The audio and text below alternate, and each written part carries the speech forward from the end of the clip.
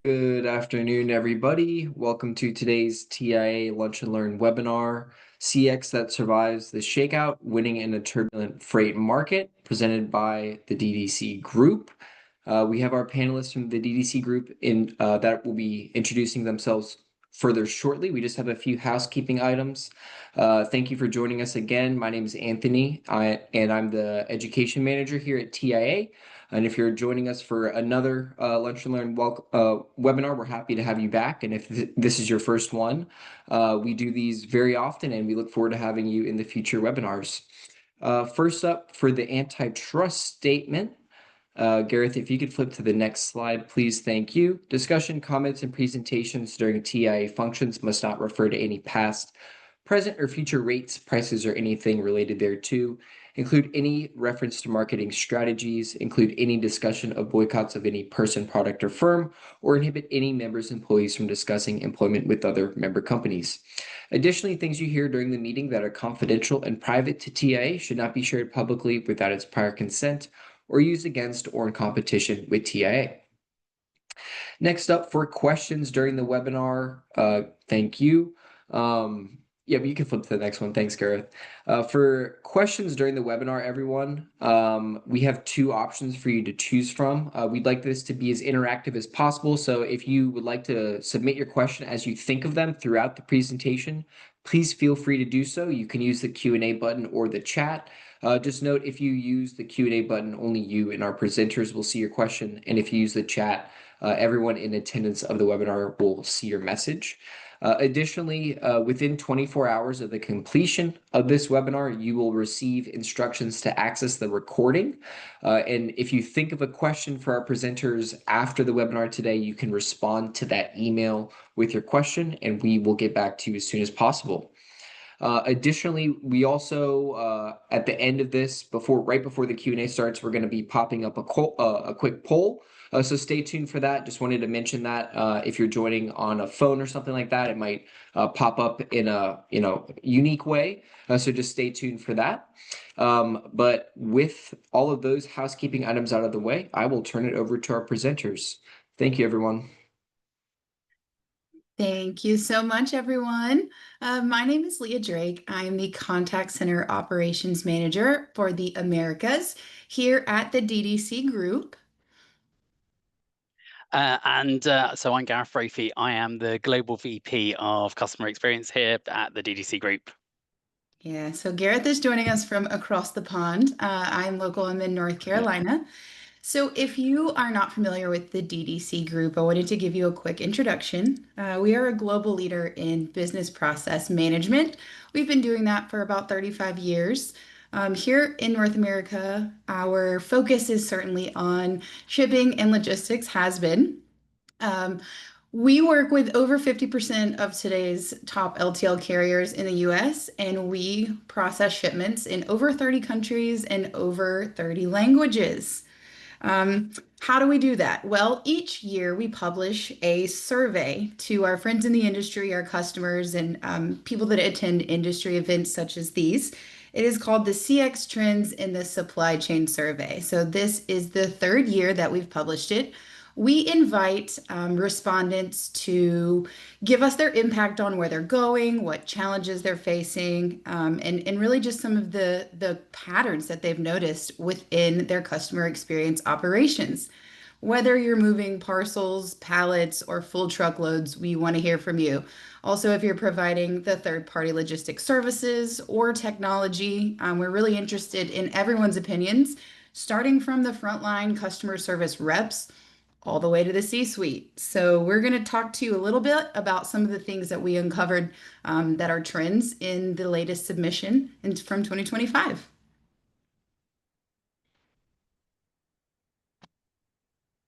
Gareth, I will let you take it away. Yes. So we're going to talk you through three trends between myself and Leah in the next kind of half an hour to 45 minutes. And I'm going to start off with our first trend, which is adapting to evolving customer preferences. So let's dive straight into this one, to be honest. And I want to talk about the new customer mandate, which we're calling the Always On and Channel Smart. So if you think about your own life, when you need a delivery update, or if you're banking, if you're ordering food, what do you expect? Well, you expect instant access. So you expect to be able to move seamlessly from the website to the app, from your message to a phone call without really ever having to repeat yourself. So now if you bring that expectation back to freight, our data shows that 24/7 support is now a baseline expectation, and adoption of that is soaring to nearly 70%. So it's no longer a nice to have differentiator. It really is it's a must have, and it's to enter the market. But I think the challenge is the second part, which is that channel smart. So this isn't just about turning on more lights, as I call it, and more channels. It's about making sure that those lights illuminate the entire process. So the customer doesn't really care about our internal silos between the back office and the front office. What they care about is this single intelligent flow of information. And the numbers don't lie. So this surge in expectation is the #1 challenge for 85% of industrial leaders, based on the report that we've just carried out. So why is that? Well, because really to survive, you can no longer afford the customer journey really to feel like a series of disjointed handoffs. We need to be present. You need to have an effective, you need to be effective, and you need to be everywhere the customer is. And that's really this foundation that we want to build upon. So this leads me into my second point along this trend, and it's the story of channel recalibration, as you can see on your screen. So if the customer is channel smart, then we need to be channel strategic. So we're moving away from that old model where phone lines was the answer to every question, big or small, because that model really is inefficient for us and it is frustrating for customers. So what we're seeing now is a highly efficient reassignment of roles for each communication channel. You've just got to look at the rise of live chatbots. They're now at 17% adoption. They're growing fast. And this is that power of immediate resolution for a routine task. So things like tracking requests, simple updates, checking basic documentation, they are the perfect things that are there for automation, because they can handle volume, which then frees up our most valuable asset and your most valuable asset, which is people.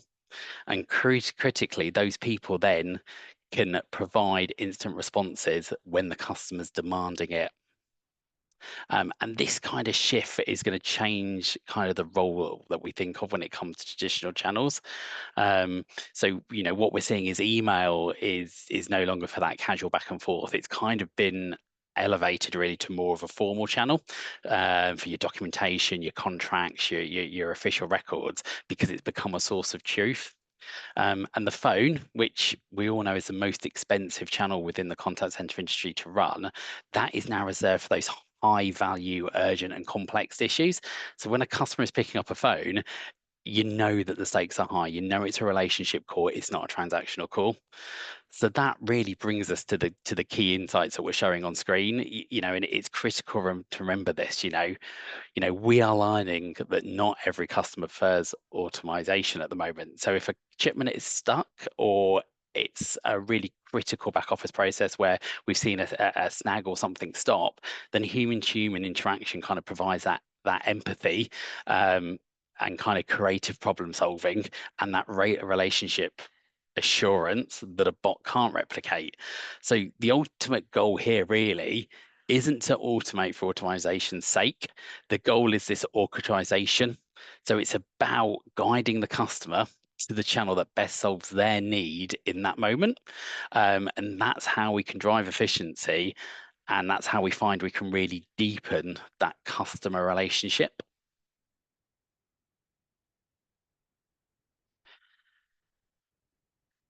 So we know that the mandate is always on, and we know that the strategy is channel strategic, but let's talk about the actionable strategy. So how can you actually build this kind of responsive ecosystem that we're talking about within inside your organization? And kind of we break it down into the key 3 steps. So the first is map the journey. This is really important. So you can't manage what you do not measure. Okay, so this means really getting forensic about your customers' interactions. Look at your top 5 reasons for customer contact, and for each and every one of them, ask yourself a set of questions. Say, is this a repeatable, low complex issue? You know, is it perfect for self-service or automation? Does it require empathy? Do you need creative problem solving? Do you need deep human experience on this? And when you do this, you need to be really honest with yourself. So if you automate anything that's critical or complex, you're not going to save time. You're just going to create a disgruntled customer who then becomes even angrier. So make sure when you're looking at this, you are being honest about what is low complexity and what does require a human in there. The second part, and this is really crucial, is that invest intelligently. So in the past, we've all been there, we've all seen it, and I think we've all been guilty of it. And that's simply adding a new channel, a new app, a new email, and just adding it in and calling it an ecosystem. And that just creates friction. So when we talk about this intelligent investment, we're talking about real interrogation here in a way. So, can your chatbot pass the full history of your conversation to a live agent? Is it that clever? If the customer has to repeat their tracking number or their problem 3 times, then you failed that integration test. So it needs to have that seamless movement between the channels. Okay, and then you can use that to measure your CX maturity within your operation. And then finally, it's this shift in mindset. So it's focus on outcomes. So for years, customer satisfaction, within all industries, including ours,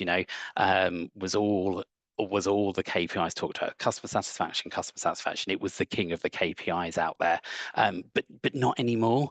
The market turbulence that we've seen has really exposed, the fragility that we see in customer satisfaction.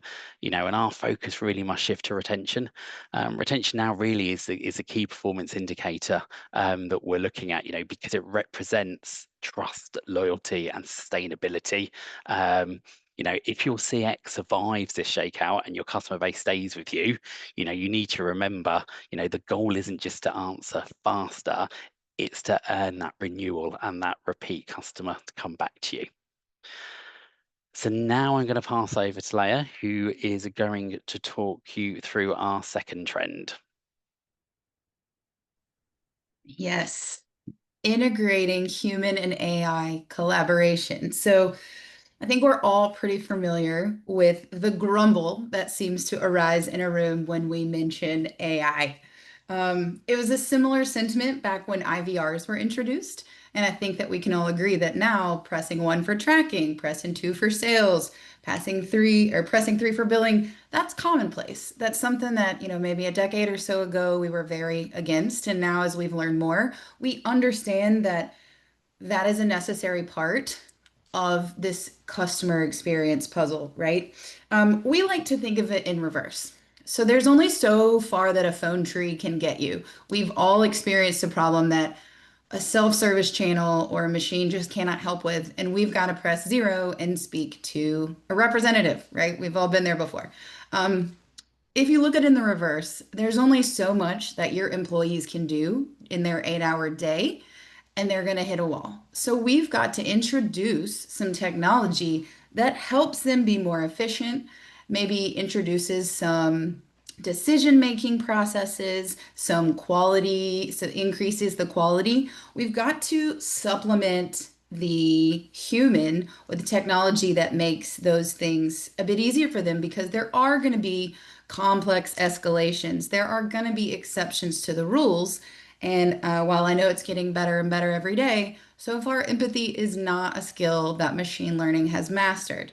There is always going to be a human that needs to be well trained and well versed on your processes, on your products, and the flow of the supply chain. I don't think it's feasible to assume that a machine can take the place of a person. As we mentioned that we've done this survey for 3 years now, and just in those 3 years, the adoption rate has grown 17% for chatbots. So I think a chatbot is a really good way to triage your customer concerns to really filter and see, is this a scrape or a bruise that maybe we can direct them to a self-service channel and they can handle on their own, maybe gather information from your website. Or is this life-threatening? Is this something that you need one of your highly skilled, highly trained, highly empathetic agents that you've worked to develop to handle? Do they need to step in and, mitigate this situation? If you would like to go to the next slide for me, Gareth.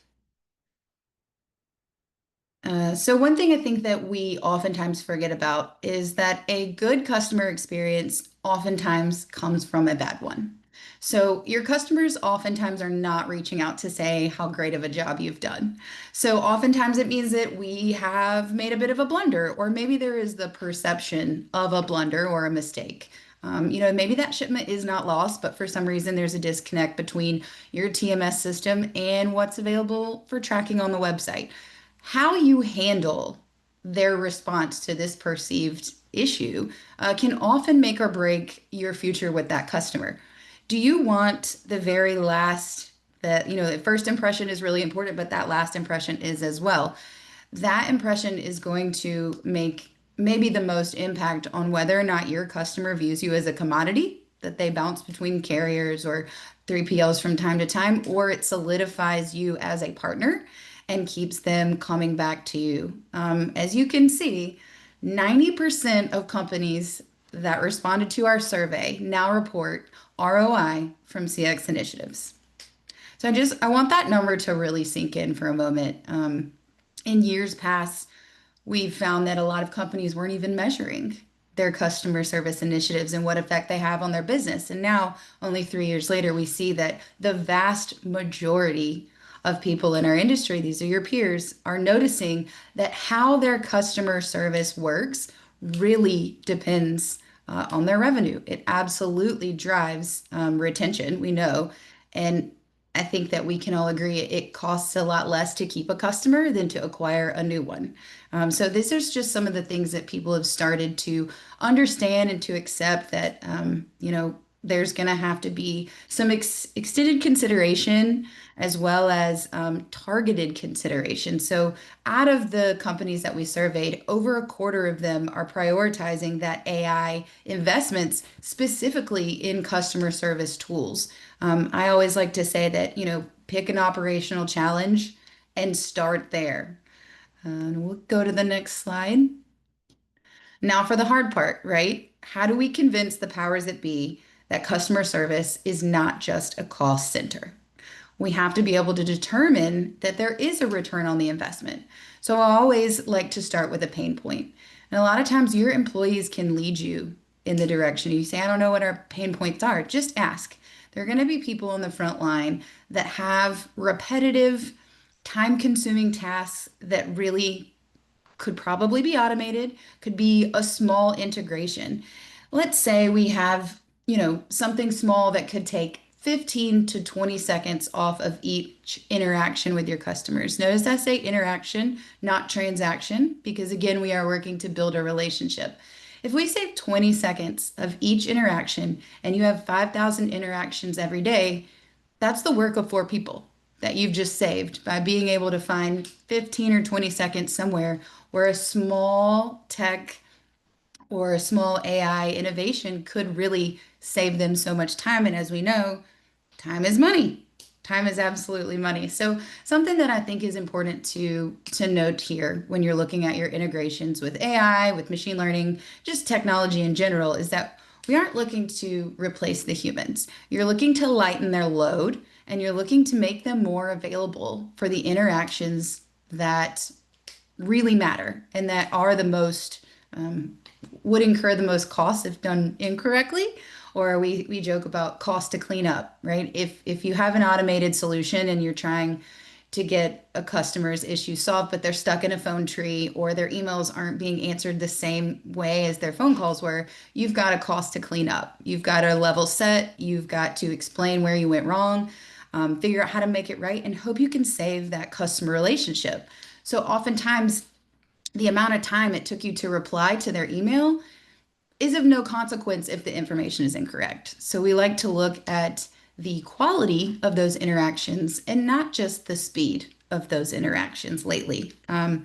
There is something that my boss and mentor, Donna Kintop, always says, you get the behavior you encourage.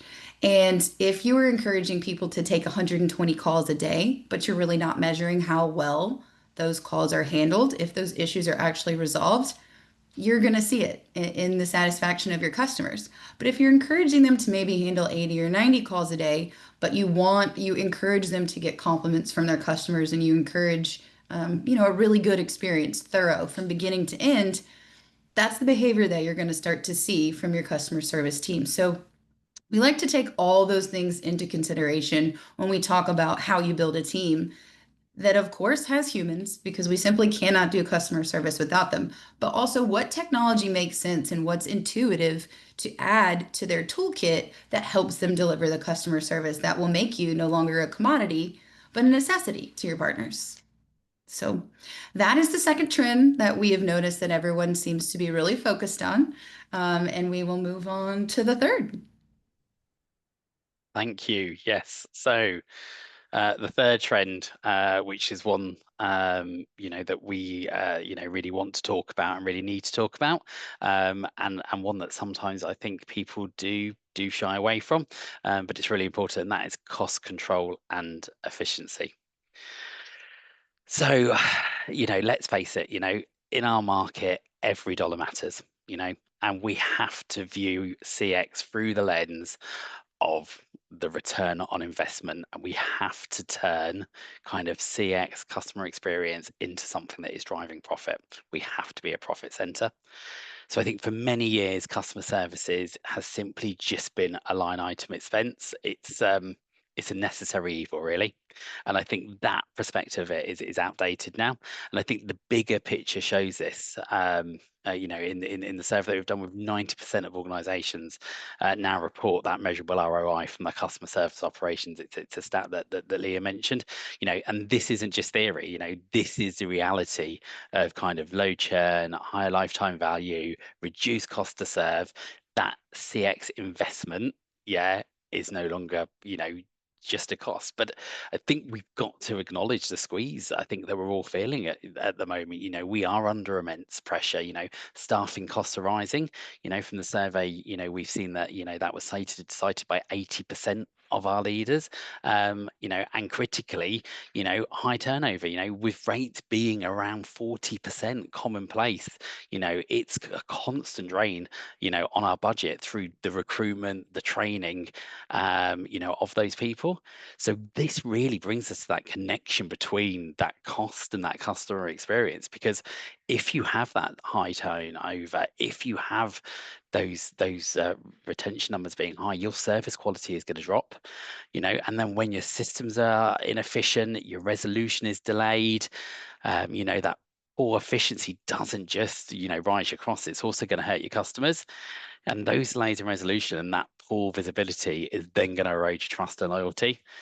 So the very asset really that we need, to stand out within today's market. So I think the message that we're driving forward through this, and we found on the back of the surveys, it's really clear that the most efficient service is also the best service. So investing in those kind of seamless orchestrated CX that I was talking about previously, it is the single best way to reduce your operational costs, but also build that kind of fiercely loyal customer base that we all want.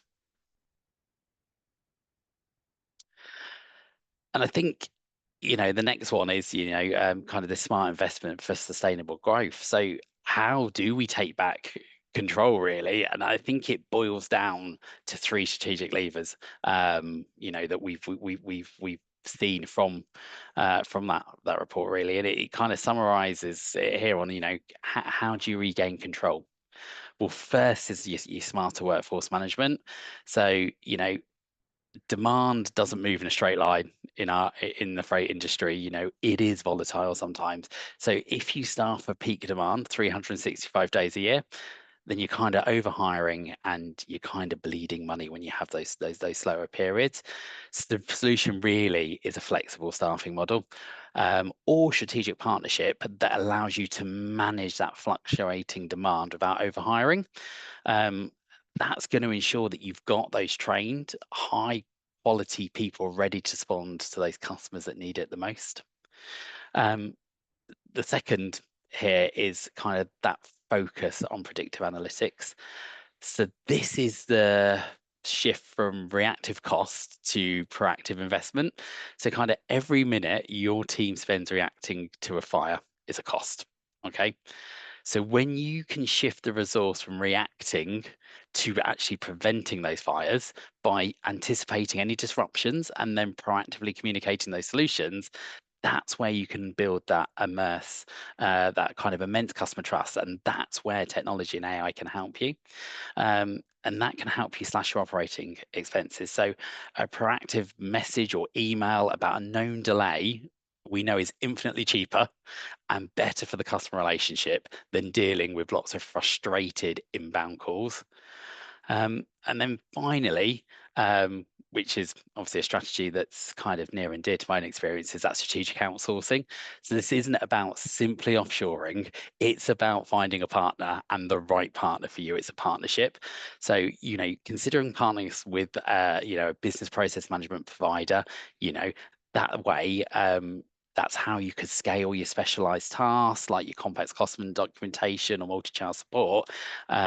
You can gain immediate access to some of that cutting edge technology, and critically, you can control costs. While ensuring that that service is kind of consistent, and it will allow you to focus your internal resources on your core competencies. And let's just face it, that's all about moving that freight and getting that freight where it needs to be. So you can gain control, that flexibility, and that technology edge, which is essential, really. I think as part of our research that we've done. So back to you, Leah. Yeah. So I encourage you all to take a look at the white paper that we release every year after this survey. There is certainly someone on this call that can get that out to you. If not, you can reach out to me personally. But we like to summarize our key takeaways each year through the findings. Obviously, we've touched on all of these points, but acquisition cost to get new customers are rising. When you consider sending your salespeople to conferences, their flights, their hotels, the dinners, how long do they have to court that customer before they bring them on board with you? So keeping your customers is paramount, and it's absolutely got to be part of your strategy. Is how do you keep the customers that you have? We think that a good way to do this is a solid balance of technology with those experienced humans that you've worked so hard to train. I think training is certainly an integral part of this process. There's no reason to spend all this time and money on a system and then throw your team into the deep end without giving them specialized training on how to utilize it and how to make the most of the dollars that you've invested there. As we know, these expectations are going to continue to rise. We're never satisfied as humans. And so, as other opportunities become available to us, we're going to want more and more and more. And your customers, you're going to feel that from your customers. They're going to keep asking. Given that budgets are always under scrutiny, there is no time better than the present to take a look at where you can control those costs. Where can you make your employees more efficient? Not where can you cut your labor? How can you make the labor that you have do the most for you? And I think that is something that that we focus on every day here. So I think that that was a pretty good summary of the survey and the white paper that what we've produced. I think this is a good time to open up for questions if Well, anyone has actually, any. Leah, before that, we are going to run a quick poll, actually, and I think that Okay, quick poll is going to ask people if they want to have a copy of that report. So we'll pass back over, I think, to Anthony. perfect. See, I knew there would be someone that could get this white paper to you. Yep, thank you everyone. As mentioned, yep, the poll is now open. Please respond to that. And we will be in contact with you. And again, if you do have a exact question after today's session about anything, or you read the report and then you want to respond, please let us know. With that, just another reminder, please submit your questions in the chat or the Q&A section, and we'll get to all of your questions right now. We do have a few that have already come in, so we'll start with those. The first question, when it comes to AI, where do I start? I'll take this one, Gareth. I think I mentioned earlier in one of our slides that identifying a pain point is key. Integrating AI just for the sake of saying we have AI is never going to be cost effective. Solving for a problem is absolutely where you start. Find something that either your employees don't have time to do or they feel bogged down. It's a time sink there. It shouldn't take as long as it's taking. It means there's a process broken somewhere.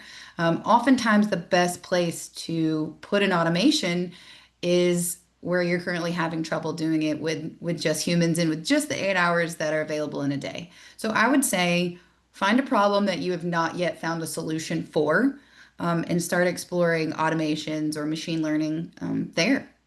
That's a good place to start. Perfect. Thank you. Next question. How can I improve ROI from my customer service? Uh, From my customer service. My apologies.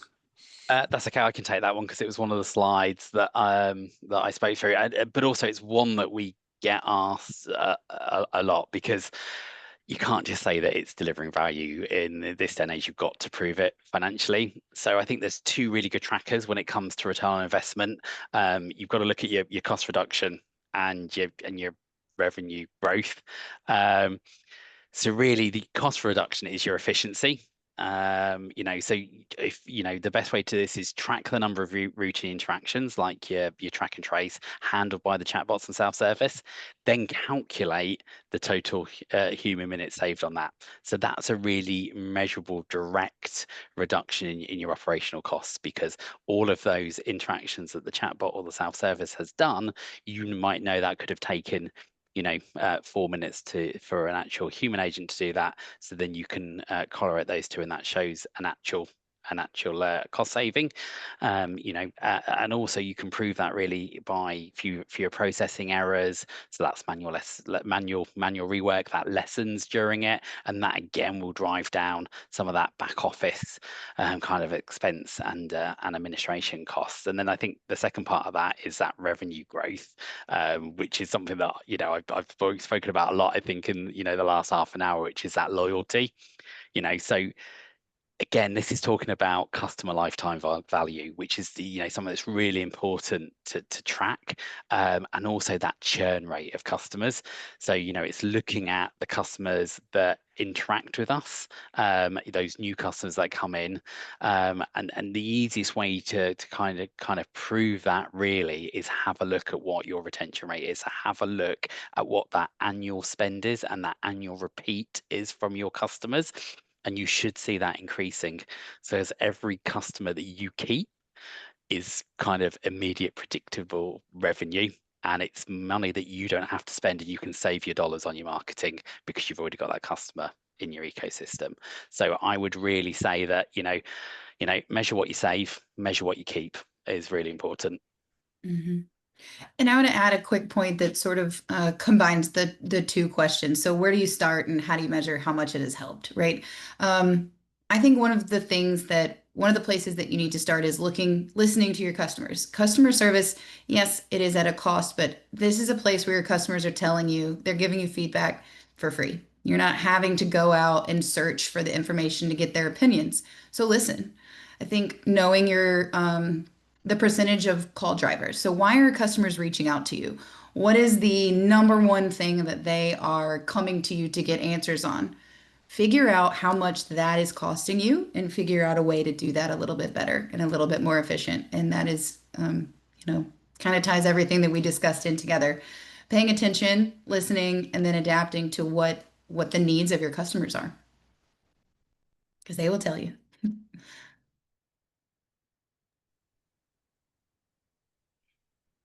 Again, just a reminder, everyone, while we have you all here, please, any questions or any feedback, if you'd like our presenters to go back to any slides and further dive into any, topics there, please let us know. We could do so. I guess another question for both of you, how do you see, we talked about like the new customer mandate. How do we see, in the future those customer mandates evolving and changing? And then second question, how do you anticipate we deal with those evolving, mandates and those shifts?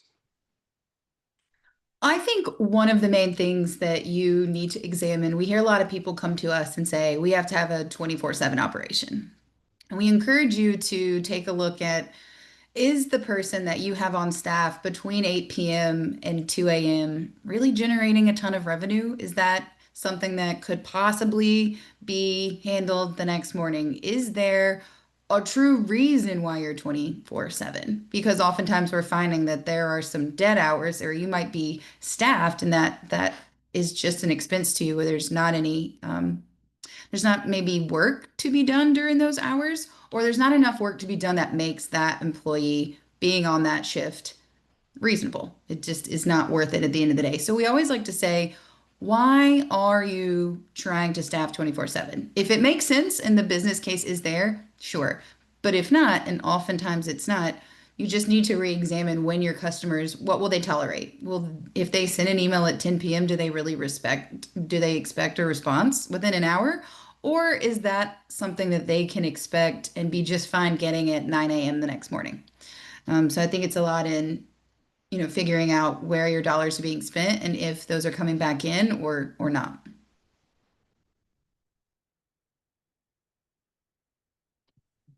Yeah, I think I can add to that a little bit as well. When we talk about customers' needs are evolving, customers are changing, and the world that we're in, because of the power of AI, people are starting to interact more with it, which means that more simple, easier tasks are now able to be processed by your chatbots and your AIs, which means that when we do speak to customers are having more complex queries, complex issues. They sometimes emotions are a little bit higher on those calls, so it's how do we deal with them, how do we train our people to be able to deal with those more complex queries and some of those more emotionally charged conversations. And I think Leah mentioned, AI is great, but it doesn't have empathy. The empathy isn't there. The empathy is what we as humans can add to it, and we can orchestrate that with AI. So I think we need to look at, our people and how we train them and how we prepare them for the kind of work and how it's going to evolve when you bring technology into the loop to support them.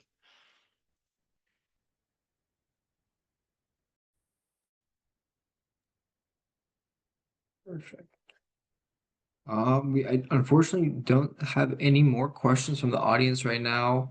Leah, Gareth, did you have any, frequently asked questions that you wanted to address, or anything that you've recently heard, maybe, or any feedback from people that, uh, might have listened to some of these things in the past, or try to institute some of these, learnings and evolved, or anything like that? I mean, I can go. I think so. I kind of have the luxury that I work across lots of different industries. So I've worked quite heavily in the transport and freight industry, but I also in my role get to work with different industries. I get to work with retail, with finance, so across that. And I think there is various different levels um, this that have been adopted across those different industries.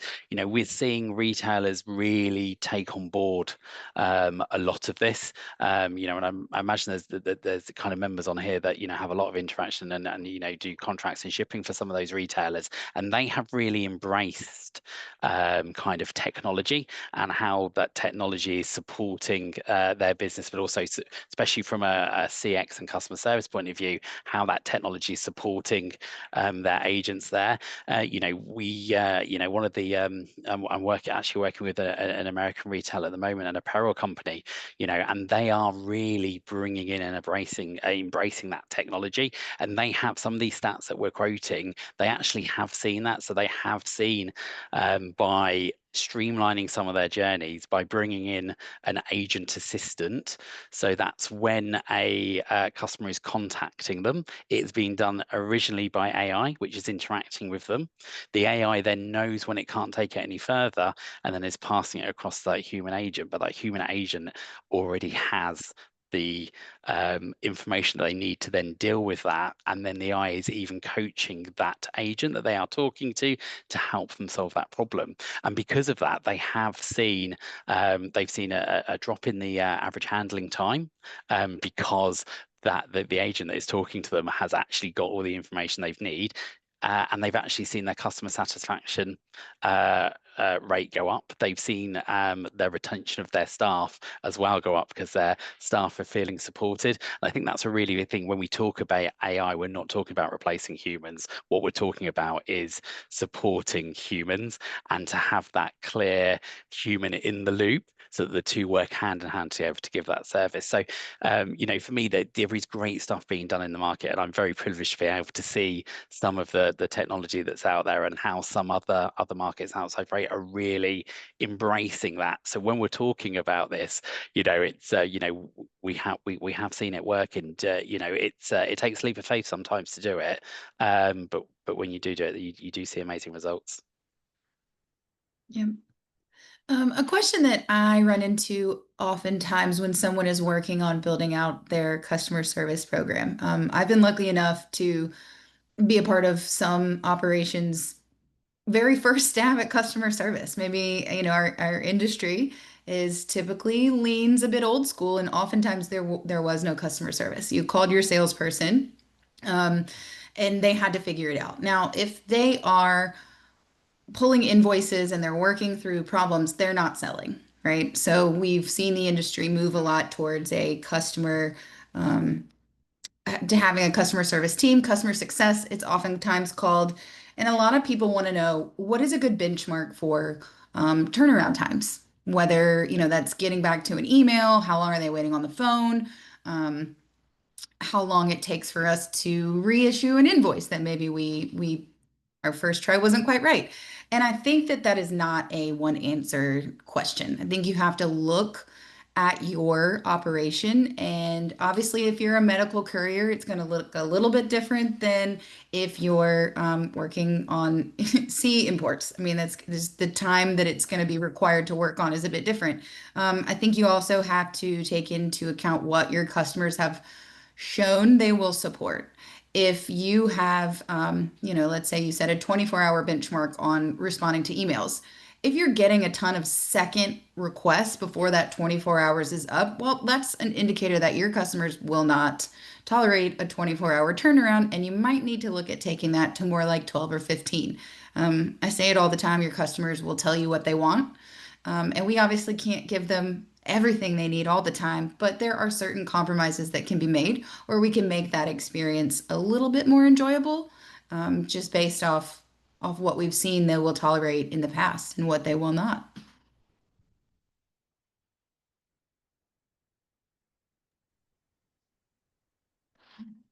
Thank you, Leah and Gareth. Are there any last minute questions from the audience before we wrap everything up? Don't see anything yet. Again, just a final reminder about the poll. Please, it should be popped up if you're viewing us on an iPad or a mobile device. Please make sure you answer that poll if you'd like access to the report. But with that, I just want to say thank you again to the DDC Group for presenting this webinar. And thank you, Leah and Gareth, for your time here today. And thank you, everyone, for attending. Leah and Gareth, was there any last minute words you'd like to leave us with before we wrap up? I think I got them all out. Thank you. Yeah, same here, I think. Yeah. Perfect. Well, thank you, everyone. We appreciate your time. Stay tuned for the recording, and we will see you on the next Lunch and Learn webinar. Thank you, everyone. Appreciate your Thanks, time. everyone. Thank Thanks, you. everyone. Take care. Bye. Bye.